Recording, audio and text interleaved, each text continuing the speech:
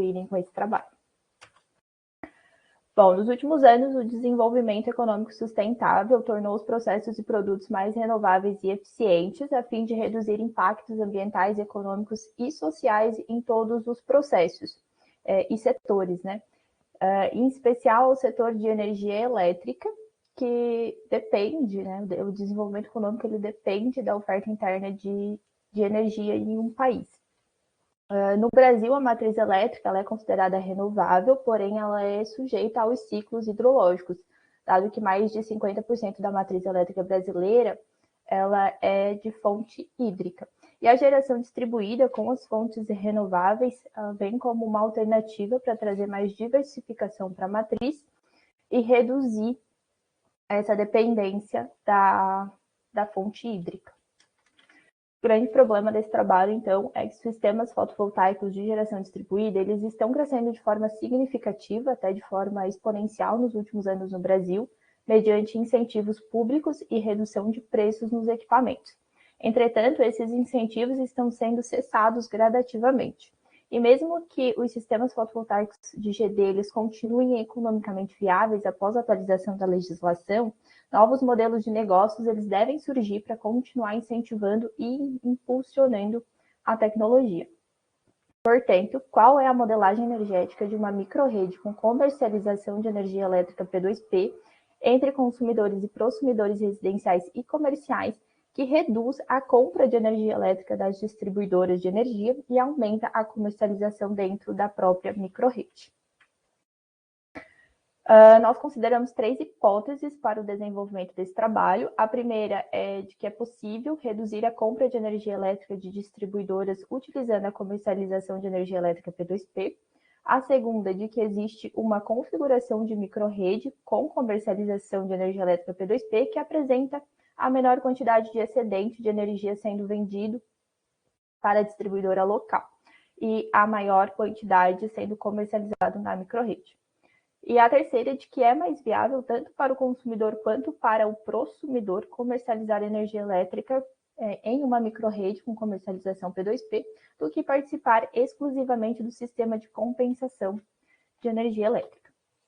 O objetivo principal, o objetivo geral desse trabalho é desenvolver 9 modelos energéticos e identificar entre esses modelos qual é o mais viável e competitivo para comercializar energia elétrica entre consumidores e prosumidores residenciais e comerciais utilizando a comercialização P2P. Então, nos objetivos específicos, a gente tem o objetivo de desenvolver esses modelos com a inserção de sistemas fotovoltaicos de geração distribuída, analisar esses modelos e identificar qual é a melhor configuração, a configuração que reduz a interação com a distribuidora.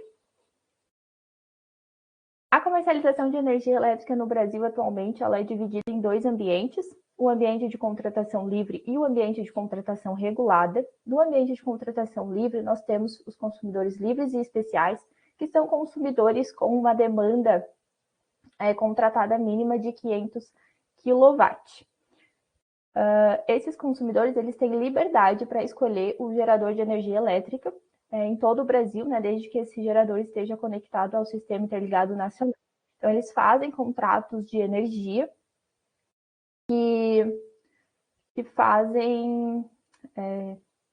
eles fazem contratos de energia e esses contratos eles devem ser zerados. Então, se o consumidor ele comprou 500 kW de energia e ele consumiu 600, essa diferença de 100 kW ela deve ser liquidada no mercado de curto prazo e valorada ao preço líquido das diferenças.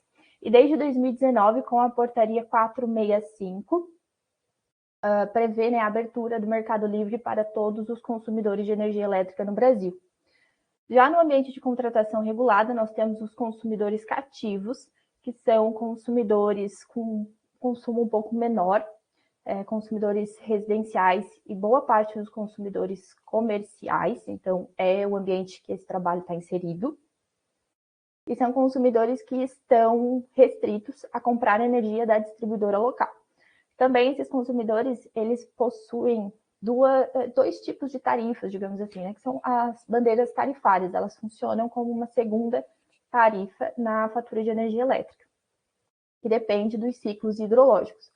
Então, se está faltando chuva, se os reservatórios das hidrelétricas estão baixos, a gente tem uma tarifa vermelha, patamar 2, que insere, né, que acresce um valor ali na tarifa de energia elétrica do consumidor cativo. E se os reservatórios estão cheios, aí a gente tem uma bandeira verde, que não é acrescido nenhum valor na tarifa. Esses consumidores também podem optar pela tarifa branca, que é uma tarifa horária, porém ela ficou menos viável do que a tarifa convencional. Então, teve pouca adesão dos consumidores. Os sistemas fotovoltaicos de geração distribuída, eles foram regulados no Brasil em 2012 pela Resolução Normativa da ANEEL número 482, e obrigatoriamente eles devem participar do sistema de compensação de energia elétrica, que é representado na figura 2. Então, do lado esquerdo, nós temos o sistema fotovoltaico, que durante o dia gera energia para atendimento das cargas da unidade consumidora de instalação. Caso essa energia ela seja maior do que o consumo da edificação, a gente tem um excedente de energia elétrica que vai ser injetado na rede da distribuidora. Caso esse consumo, né, essa energia ela seja menor do que o consumo, a gente vai ter uma compra de energia da rede da distribuidora. Esses dois montantes, eles passam por um medidor bidirecional que contabiliza para no final do faturamento fazer, né, a fatura ali de energia elétrica e ver quanto que o consumidor, ou prosumidor, né, comprou e injetou na rede da distribuidora. No modelo de comercialização de energia elétrica ponto a ponto, a estrutura física, ela continua a mesma do sistema de compensação. Então, a gente tem a geração, a transmissão e a distribuição de energia elétrica. Temos os participantes, né?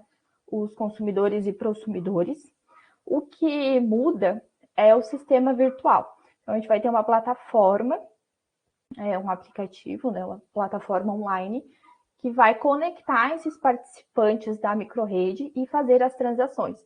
Então, os participantes vão inserir os dados nessa plataforma, que normalmente é uma plataforma com blockchain, e é essa plataforma que vai realizar as transações, vai identificar onde que está sobrando energia para ser vendida, onde que está faltando energia para ser comprada, e fazer essas transações com segurança. Aqui eu trouxe alguns exemplos de projetos que estão em andamento em todo o mundo. Então, tem vários projetos na Alemanha, Estados Unidos, Holanda, Reino Unido, Áustria, França, Espanha, Vietnã. E na figura 4, eu trouxe alguns exemplos que eu tirei do site dessa empresa aqui, a Power Ledger, que fala, né, um pouco sobre esses projetos que estão em andamento da empresa. Então, tem um projeto na Áustria, tem um projeto na Malásia, que foi um teste piloto que demonstrou a viabilidade do comércio de energia solar com comercialização P2P. E na Tailândia, que foi um projeto, né, que diz ser o projeto de maior teste comercial com comercialização P2P do mundo, com capacidade instalada de energia solar fotovoltaica de 4,2 megawatt-hora.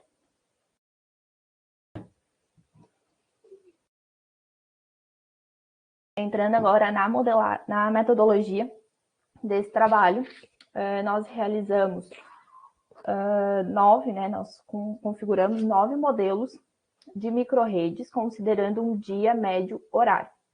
Essas configurações foram divididas por classes de consumo, então são 3 configurações para a classe de consumo residencial, 3 para comercial e 3 misturando essas duas classes de consumo. Testamos 3 níveis de inserção de sistemas fotovoltaicos, 30%, 50% e 70%. E cada microrrede foi testada, né, foi simulada com 10 participantes com consumos variados. Então, só para fechar a linha de raciocínio, a configuração 1 são consumidores, são participantes somente residenciais, com 30% de inserção de sistemas fotovoltaicos. A configuração 2 é residencial, com 50%. E assim sucessivamente. E para fechar o trabalho, a gente fez uma análise de balanço energético para demonstrar a viabilidade de uma microrrede frente ao sistema de compensação de energia elétrica. Os dados de consumo de energia elétrica utilizados nesse trabalho foram obtidos através da Lei de Acesso à Informação da ANEEL. São dados da Celesc, da distribuidora Celesc, que atende em torno de 92% de todo o território catarinense.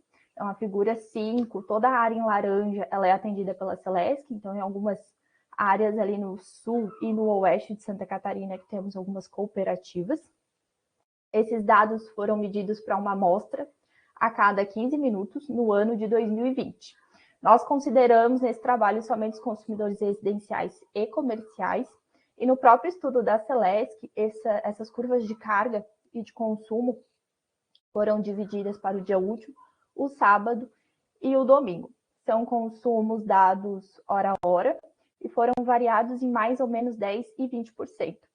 Então, como são 10 participantes, nós temos 2 participantes com consumo médio, 2 participantes com consumo médio menos 10%, 2 com consumo médio menos 20%, e assim por diante. Aqui são as curvas de carga em quilowatt, porém, como a gente está trabalhando com dados horários, elas equivalem às curvas de consumo em quilowatt-hora para a classe residencial. A curva em azul é para o dia útil, a curva em amarelo para o sábado e a curva em cinza para o domingo. Então, a gente consegue ver que no setor residencial, né, na classe residencial, a gente tem um aumento de consumo às 7 horas da manhã. É normalmente o horário que o pessoal acorda para ir trabalhar. Esse aumento de consumo ele é deslocado no domingo para as 10 horas da manhã. E temos um horário de pico a partir das 18 horas da noite, das 18 às 20 horas.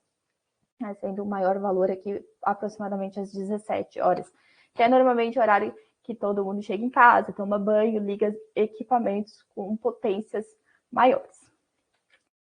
Aqui é a curva de carga da classe comercial, então é uma curva bem diferente, né, do setor residencial. A gente consegue perceber que inicia o consumo, o maior consumo a partir das 8 horas. Tem uma redução de consumo ao meio-dia, no dia útil, no meio-dia até 1h30, 2 horas da tarde, que normalmente é horário de almoço. No domingo, o consumo ele é praticamente estável, o mesmo consumo durante o dia é durante a noite, né, normalmente indicando que o comércio fica fechado aos domingos. Agora falando um pouco sobre a geração de energia elétrica a partir dos sistemas fotovoltaicos. Nós utilizamos dados de radiação solar média diária no plano inclinado. Esses dados foram obtidos através da plataforma do CREDESB, que é o Centro de Referência para Energia Solar e Eólica Sérgio Brito. É uma plataforma online gratuita, de fácil acesso. Esses dados foram obtidos para a cidade de Florianópolis, que é a capital aqui de Santa Catarina, e é uma cidade que estava disponível na plataforma. Com esses dados e com os dados de consumo, a gente estimou a potência que precisaríamos para o sistema fotovoltaico residencial e o sistema fotovoltaico comercial. Então, foi feito um consumo médio mensal com os dados da Celesc. Nós consideramos um mês de 30 dias, 20 dias úteis, 5 sábados e 5 domingos. Esse consumo médio foi dividido pela produtividade vezes a taxa de desempenho, que a gente utilizou o valor de 80%, que é uma média nacional. E com essas estimativas da potência dos sistemas fotovoltaicos, a gente fez uma simulação software SAM em condições otimizadas de operação, ou seja, esses sistemas foram simulados com orientação para o norte geográfico e ângulo de inclinação igual à latitude da cidade de Florianópolis, que foi 28 graus. Chegamos a um resultado para o sistema residencial com 7 módulos de 355 watt-pico cada um e um inversor de 3 kW de potência. Esse inversor ele foi escolhido por ter uma curva de eficiência mais atual entre os inversores que estavam disponíveis nessa potência no software.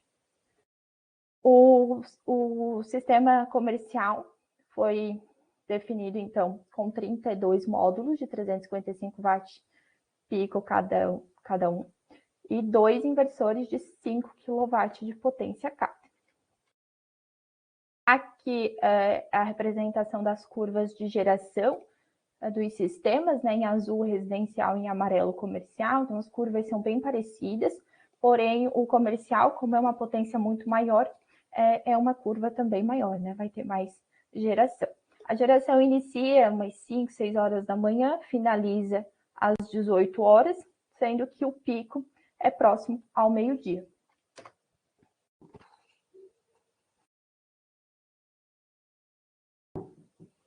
Bom, entrando nos resultados, a configuração 1 nós temos 30% de inserção de sistemas fotovoltaicos em participantes residenciais.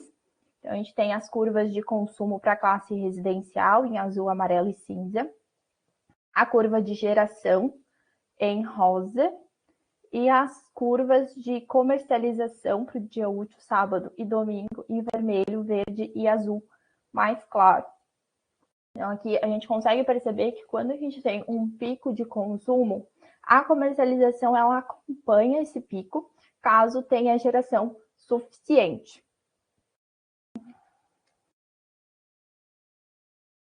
Aqui no segundo gráfico para essa configuração 1, a gente tem a quantidade de energia que é vendida para a distribuidora e a quantidade de energia que é comprada da distribuidora. A gente consegue perceber que no período noturno, onde não há geração, todo o consumo ele é suprido pela distribuidora.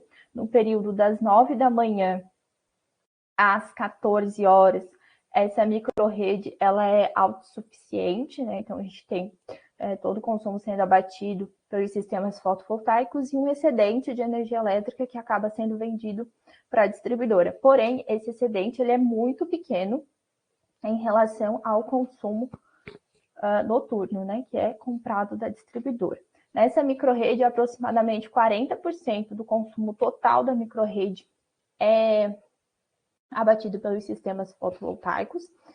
63% do consumo, então, acaba sendo suprido pela distribuidora e aproximadamente 7% de toda a energia que é gerada, ela é vendida para a distribuidora. Então, essa microrrede, caso ela queira se desconectar da rede da distribuidora, ela não seria autossuficiente, né? Já que sistemas fotovoltaicos, eles conseguem abater somente cerca de 40% de todo o consumo.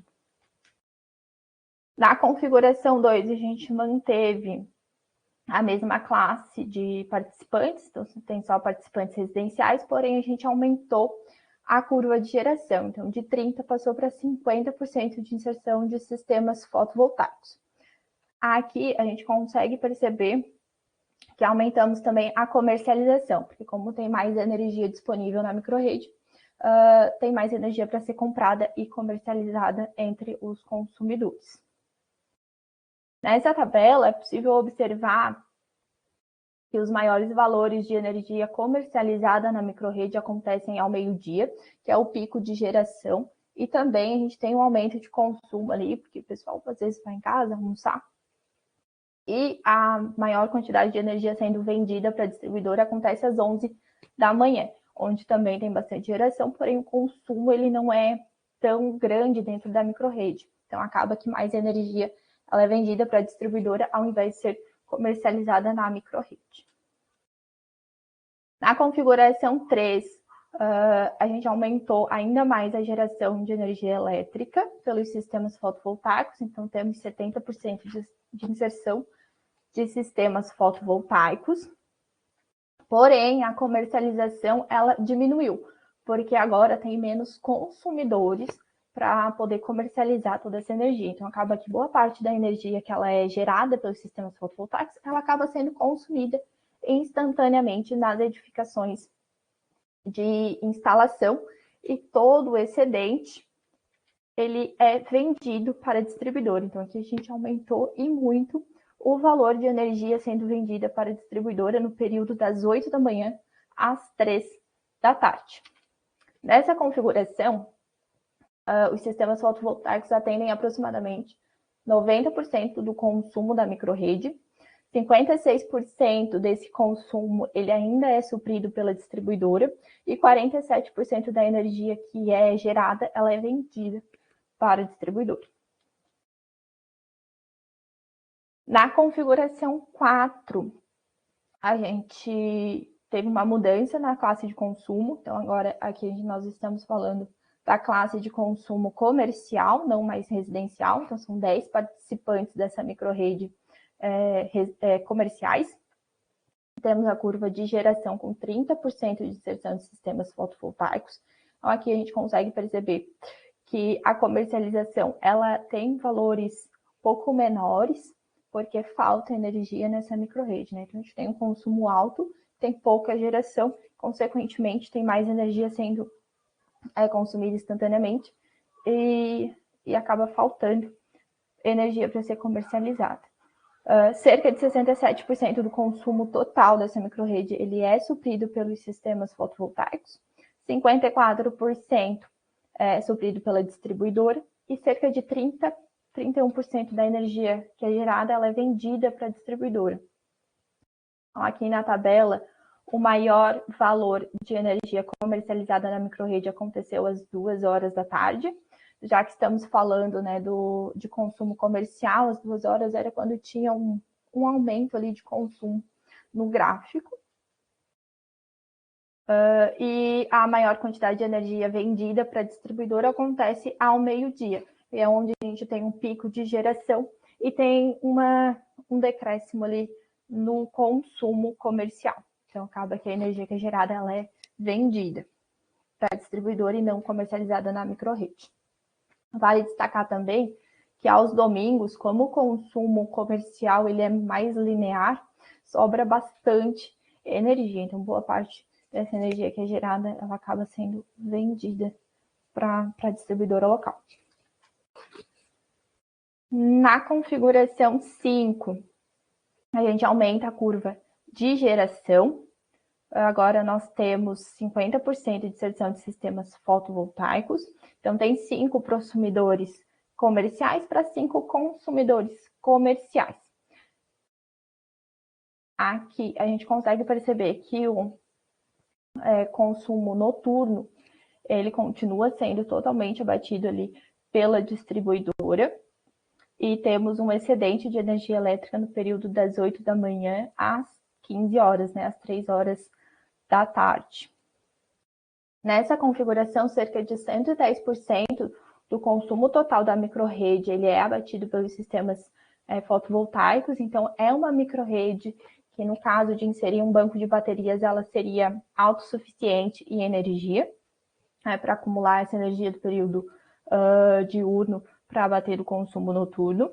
50% do consumo ele acaba ainda sendo suprido pela distribuidora e cerca de 54% da energia gerada ela é vendida para a distribuidora.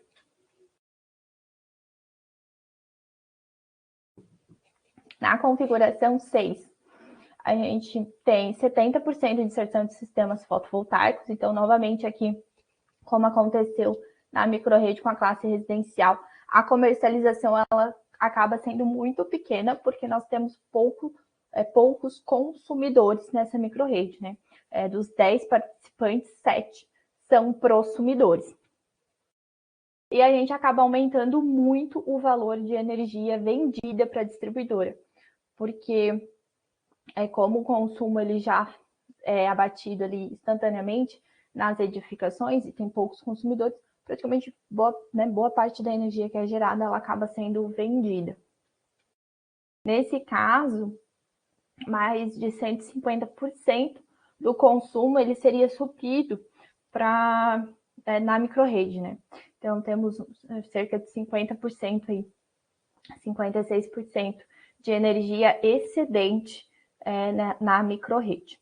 Mesmo assim, 58% do consumo ele ainda é suprido pela distribuidora, que é aquele consumo no período noturno, onde a gente não tem geração de energia elétrica por parte dos sistemas fotovoltaicos. Cerca de 66% da energia gerada ela é vendida para a distribuidora. Então, conforme a gente aumenta a quantidade de sistemas fotovoltaicos na microrrede, quando a gente tem a mesma classe de consumo, não necessariamente a gente aumenta a comercialização, mas sim a quantidade de energia que é vendida para a distribuidora. Na configuração 7, agora a gente tem as duas classes, as classes comercial e residencial mistas nessa microrrede. Então, são 5 participantes residenciais e 5 participantes comerciais. Por convenção, nós optamos, em todos os modelos, né, colocar os prosumidores como aqueles de menor consumo na microrrede. Então, tem 3 prosumidores residenciais, 2 consumidores residenciais e 5 consumidores comerciais. Como o consumo comercial ele é cerca de 5 vezes maior do que o residencial, a curva de consumo ela tem a cara do consumo comercial, porém a gente ainda consegue ver um aumento aqui às 18 horas, que é aquele horário de pico da classe residencial, né? Do consumo residencial. Com 30% de inserção de sistemas fotovoltaicos, a curva de geração ela é muito pequena, então ela não consegue abater muito desse consumo total da microrrede. A comercialização ela acaba acompanhando a curva de geração, porque como tem pouca energia disponível, toda a energia que é gerada ela é ou consumida instantaneamente ou comercializada na microrrede. A gente consegue perceber isso pela tabela, onde em nenhum horário do dia nós temos excedente de energia elétrica sendo vendido para a distribuidora. Na configuração 8, a gente aumentou essa curva de geração para 50% de inserção de sistemas fotovoltaicos. Então, a comercialização ela acaba aumentando também, porque tem mais energia disponível na microrrede. O consumo é maior, porque a gente está com consumidores comerciais, então dá para ter mais comercialização. Porém, essa energia ela ainda não é suficiente para bater 100% do consumo da microrrede. A gente consegue perceber que aqui, entre 10 horas da manhã e 13, 14 horas da tarde, só tem excedente basicamente no domingo, que o domingo é aquela linha de consumo mais linear, onde o consumo diurno, né, comercial, ele é praticamente o mesmo do consumo noturno. Então, nesses dias é onde a gente tem um pouquinho de excedente. Mas, por exemplo, no dia útil, que são as curvas em azul, né, comprado da distribuidora, não tem nenhum valor aqui de energia sendo vendida, que seria as caixinhas em rosa, porque não tem excedente de energia elétrica, né? Na verdade, ainda precisa comprar da distribuidora para suprir todo esse consumo. Então, nessa microrrede, cerca de 36,7% do consumo total da microrrede é abatido pelos sistemas fotovoltaicos. Então, realmente, falta energia para ser comercializada nessa microrrede.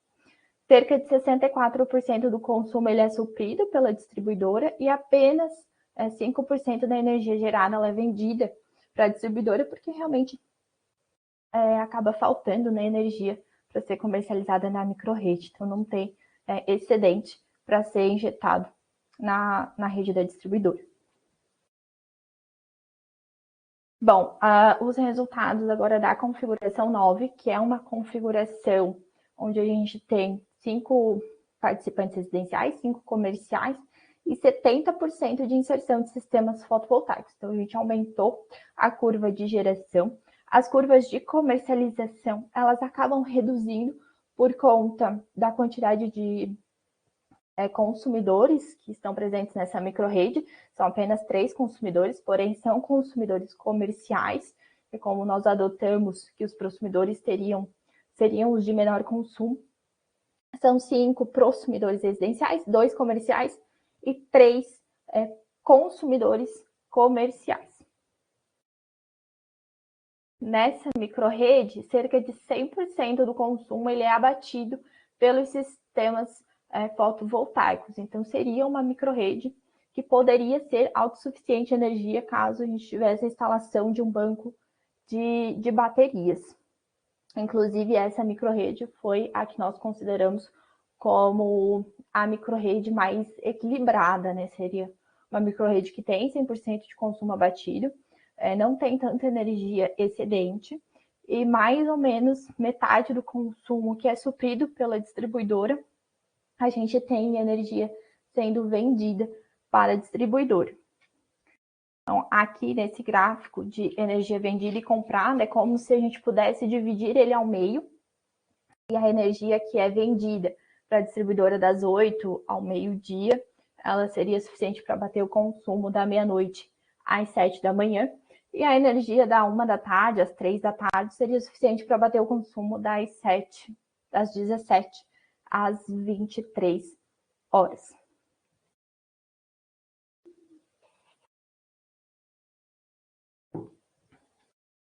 E para finalizar, a gente fez um balanço energético para verificar, né, para demonstrar a viabilidade da comercialização P2P em uma microrrede frente a um sistema de compensação de energia elétrica. Então, aqui nós utilizamos os dados da Lei 14.300 de 2022, que diz, né, que a TUS de fio B, que é uma tarifa do sistema de distribuição, ela vai ser compensada em 90% em 2029. Então, até 2022, a gente tinha que o consumidor ele injetava 1 kWh na rede da distribuidora e ele recebia de volta 1 kWh como crédito de energia. Então, a partir de 2023, né, a partir desse ano, essa compensação ela deixou de ser na proporção de 1 para 1. Vai começar em 15%, vai terminar em 90% em 2029. Então, o consumidor ele vai receber de volta a energia injetada, descontado a tarifa, né, do uso do sistema de distribuição. Aqui na figura 24 eu trouxe a estrutura da tarifa de energia elétrica brasileira. Ela é dividida em duas parcelas principais, que é a tarifa de energia, ATE, e a tarifa do sistema de distribuição, que é a TUSD. E a TUSD, né, a gente ainda tem mais algumas subdivisões, e a parcela que vai ser descontada do consumidor é a TUSD de fio B, que é referente aos custos de infraestrutura que a distribuidora acaba colocando, né? Então, são custos de instalação de postes, de cabos, de sistemas de proteção. Para fazer todo essa análise, a gente utilizou os dados da microrrede 9, que foi a microrrede que nós identificamos como com os valores mais equilibrados. Aqui eu trouxe uma figura que representa a porcentagem da TUS de fio B na tarifa de energia elétrica brasileira, considerando a média nacional, considerando o menor impacto, que é a Celesc Distribuição, e o maior impacto, que é da distribuidora Equatorial. Esses dados foram tirados de um estudo da Gwinner, que fala sobre o impacto regulatório da Lei 14.300 nos sistemas fotovoltaicos, né, de geração distribuída. Então, aqui a gente consegue ver que na média nacional, essa TUS de fio B ela representa 27,7% da tarifa de energia elétrica, na Celesc representa 18,5% e na distribuidora Equatorial representa 43,6%. Então, é um impacto aí de quase 50% no valor da tarifa. Esse estudo da Gwinner, ele também levou em consideração as 58 principais distribuidoras brasileiras para chegar nesses valores. A figura 26, ela apresenta, então, graficamente, né, esses percentuais.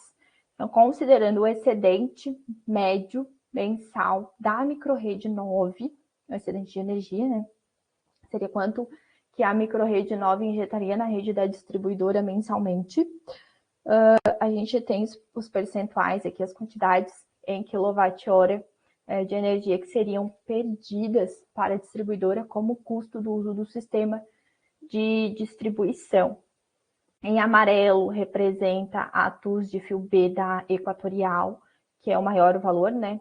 Aquele quase 50%. Em cinza, a TUS de fio B média brasileira. E em vermelho, a TUS de fio B da Celesc, que é o menor impacto. Aqui, então, são os resultados que nós tivemos foram desconsiderados os valores os horários em que não tinha excedente de energia sendo injetado na rede da distribuidora. Então, na coluna 2, energia excedente total, é o total de energia que seria injetado em um mês na rede da distribuidora para a microrrede 9, então cerca de 2.000 kWh.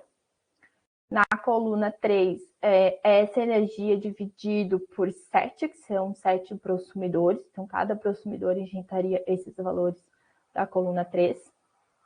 A coluna 4, 5 e 6 representam a energia que foi perdida como custo do uso do sistema de distribuição. E essa energia ela pode ser, então, rateada entre os pares, entre um prosumidor e um consumidor, para que a venda se torne mais atrativa para o prosumidor e a compra se torne mais barata, né, para o consumidor. Então, considerando aqui a TUS de fio B Celesc e 90%, né, de compensação da TUS de fio B, às 8 horas da manhã, por exemplo,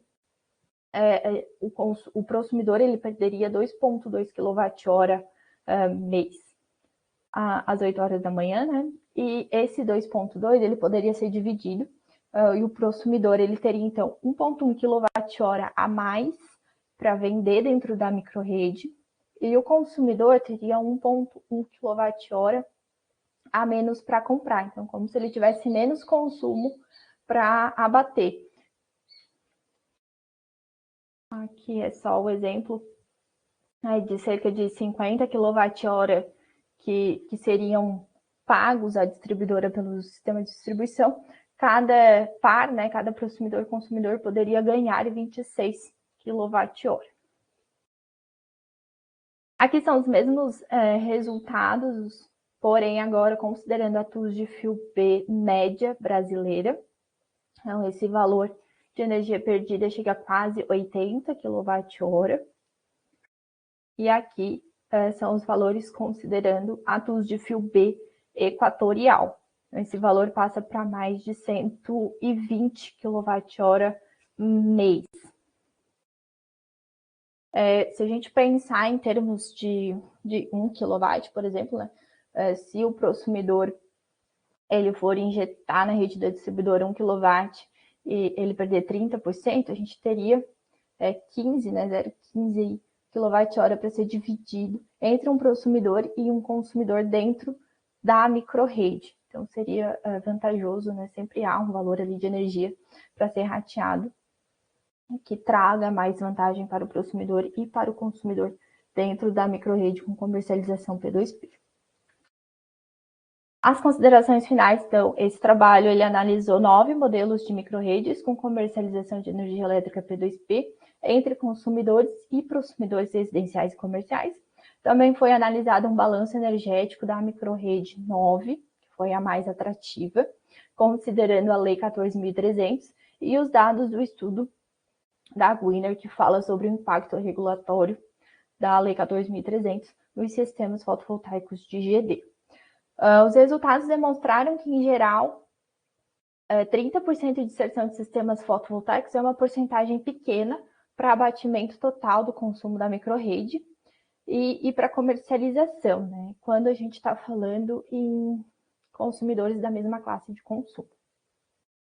Também foi possível observar que a maior diferença entre ter 50% e ter 70% de inserção de sistemas fotovoltaicos foi a quantidade de energia que é vendida para a distribuidora. Então, não necessariamente a gente aumenta a comercialização ao passo que a gente aumenta a inserção de sistemas fotovoltaicos. Quando a microrrede ela apresenta participantes de classes de consumo mistas, como foi o caso da microrrede 9, 70% de inserção de sistemas fotovoltaicos pode ser um valor, né, ou apresenta como um valor com maior equilíbrio entre os valores de energia comprada, vendida e comercializada.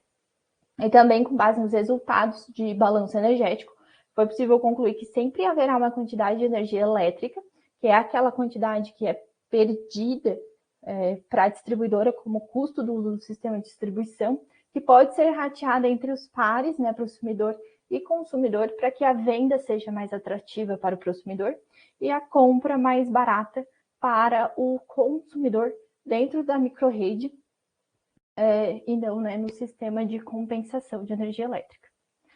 Aqui foram algumas referências utilizadas. Era isso. Muito obrigada.